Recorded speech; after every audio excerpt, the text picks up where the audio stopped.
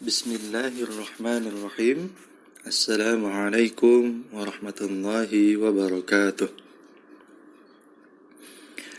Alhamdulillah wassalatu wassalamu ala rasulillah wa ala alihi wa sahbihi wa mawala. Ashhadu an la ilaha illallah wahdahu la sharika lah wa ashhadu anna Muhammadan abduhu wa rasuluhu la nabiyya wa la rasula ba'da, amma ba'd.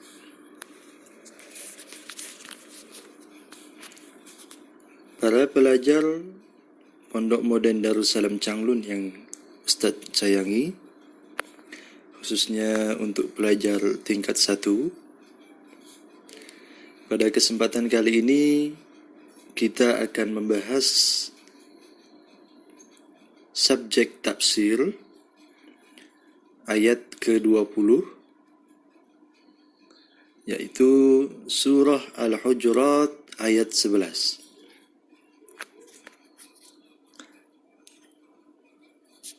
Mari kita sama-sama memulai pembelajaran pada kesempatan kali ini dengan membaca Al-Basmalah.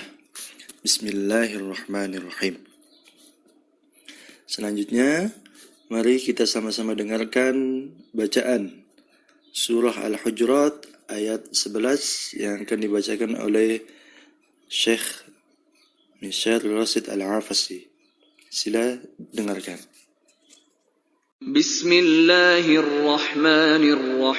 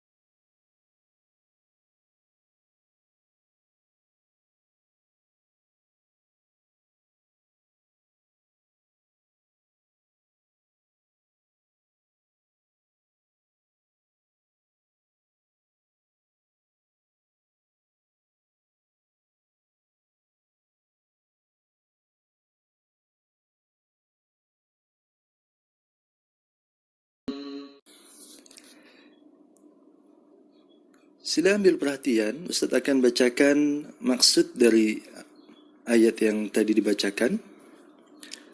Bismillahirrahmanirrahim. Hai orang-orang yang beriman, janganlah suatu kaum mengolok-olokkan kaum yang lain, karena boleh jadi mereka yang diolok-olokkan lebih baik dari mereka yang mengolok-olokkan. Dan jangan pula wanita mengolok-olokkan wanita-wanita yang lain, karena boleh jadi wanita yang diperolok-olokkan lebih baik dari mereka yang mengolok-olokkan.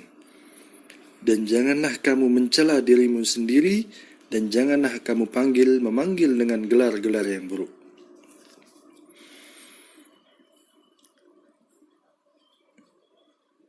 Di ayat sebelumnya, surah Al-Hujurat ayat 10, Allah Subhanahu wa Ta'ala menjelaskan tentang sifat orang yang beriman, yang mana sifat itu adalah bersaudara antara mukmin yang satu dengan mukmin yang lain. Allah sebutkan dalam ayat itu, innamal mu'minuna ikhwah fa aslihu baina akhwaykum. Sesungguhnya orang-orang yang beriman itu saling bersaudara. Fa aslihu, maka hendaklah dia mendamaikan antara kedua saudaranya. Dan ketika Allah Subhanahu wa Ta'ala menjelaskan tentang sifat mukmin yang bersaudara, maka di ayat ini Allah Subhanahu wa Ta'ala menjelaskan tentang 4 larangan agar kita dengan mukmin-mukmin yang lain terjaga persaudaraannya.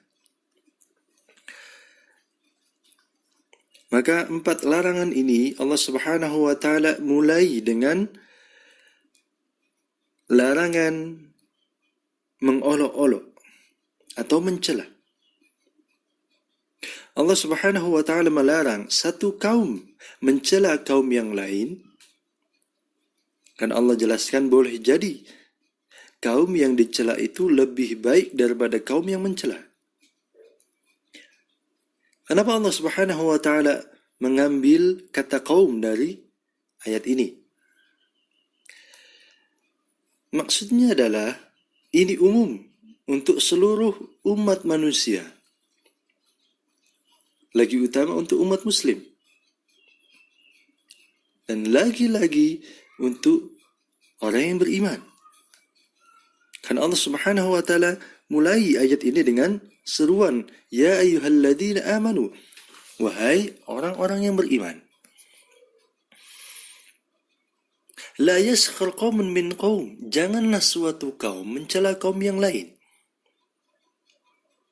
Maka lelaki adalah kaum, perempuan adalah kaum, orang tua adalah kaum, anak muda adalah kaum, anak kecil pun, budak kecil pun dia adalah kaum. Maka seluruh usia, seluruh jenis manusia adalah kaum. Maka kita dilarang untuk mencela entah itu orang lain, entah itu golongan yang lain, entah itu golongan negara, golongan ras, lagi-lagi golongan agama. Kita dilarang untuk mencela kaum kufar, walaupun mereka kafir. Tetap kita tidak boleh mencela mereka. Karena apa? Boleh jadi mereka yang kita cela sifatnya lagi mulia di hadapan Allah Subhanahu wa taala. Derajatnya lagi mulia di hadapan Allah Subhanahu wa taala. Walaupun yang nampak di mata kita mereka itu lebih hina. Justru ketika kita melihat orang lain lebih hina, itulah saat di mana kita lebih hina daripada dia. Maka Allah Subhanahu wa taala melarang kita untuk mencela orang lain. Lalu larangan yang kedua, wala nisa'un min nisa'in, dan janganlah wanita-wanita mencela wanita-wanita yang lain. Ketika Allah Subhanahu wa taala melarang, di larangan pertama untuk seluruh kaum, lelaki dan perempuan. Dan di larangan yang kedua khusus bagi para kaum perempuan, yang mana ada maksud tersendiri daripada disebutnya perempuan di ayat ini. Fenomena yang terjadi bahwa kaum perempuan ini lagi suka untuk menggibah ataupun menceritakan keburukan-keburukan orang lain, khususnya perempuan yang lain. Maka ketika larangan yang pertama itu umum kepada kita, kita tidak boleh mencela orang yang mungkin dalam pandangan kita dia itu mukanya buruk, tampilannya buruk, kulitnya hitam, orangnya miskin, tapi tidak ada hal yang menjadikan mereka lebih hina daripada kita. Dari sifat-sifat yang tadi, kemiskinan, tampilan yang buruk, kulit yang hitam, dia lahir dari negara mana, negara-negara miskinkah, ataupun dari keturunan-keturunan yang miskin, itu tidak menjadikan dia lebih hina daripada kita. Dan larangan yang kedua khusus untuk perempuan. Maka hendaklah kaum-kaum perempuan memperhatikan larangan ini, agar ketika mereka berkumpul, bercakap-cakap, boleh menghindari untuk mencela kaum yang lain, perempuan yang lain. Lalu larangan yang ketiga, Allah Subhanahu wa taala jelaskan dalam ayat ini, wala talmizu anfusakum. Wala, dan janganlah, talmizu mencela, menghina anfusakum, diri kalian sendiri. Kalau di larangan yang pertama dan kedua Allah Subhanahu wa taala melarang kita untuk mencela orang lain, maka di larangan yang ketiga Allah Subhanahu wa taala melarang kita untuk mencela diri kita sendiri. Fenomena ini sering terjadi oleh kaum-kaum muda, pemuda-pemuda yang dia itu gemar bermain dengan kawan-kawannya, entah itu bermain sepak bola ataupun yang sekarang ini sedang marak game-game Android, Mobile Legend, Free Fire atau yang lainnya. Seringkali mereka mencela diri dia sendiri dan juga orang lain. Ketika ada kesalahan dia cela temannya. Ketika dia salah dia cela dirinya.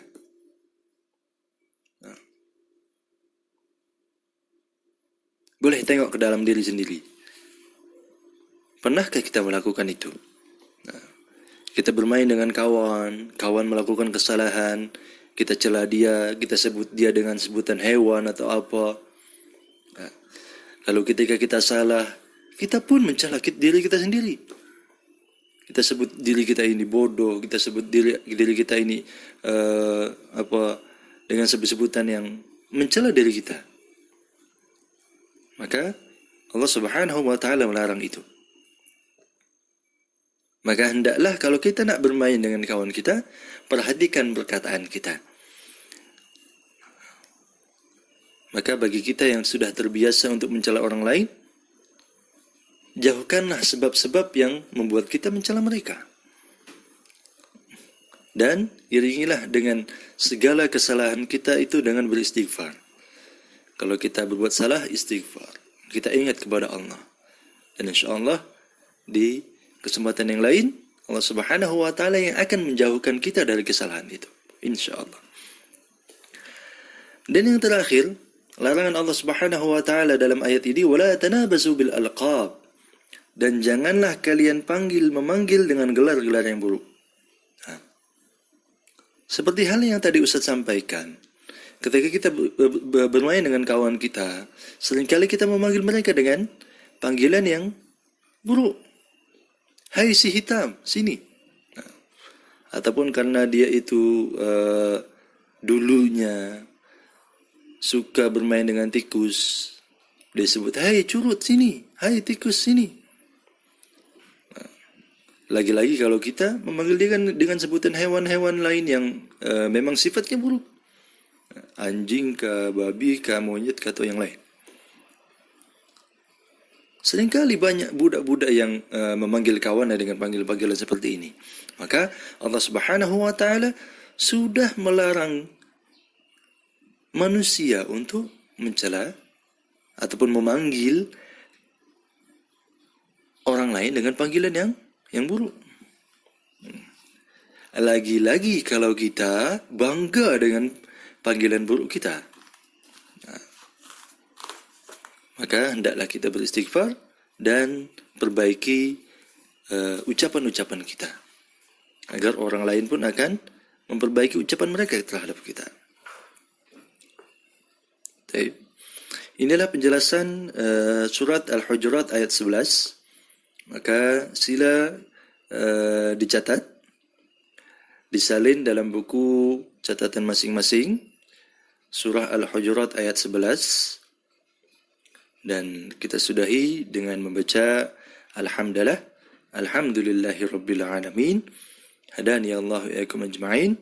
Assalamualaikum warahmatullahi wabarakatuh.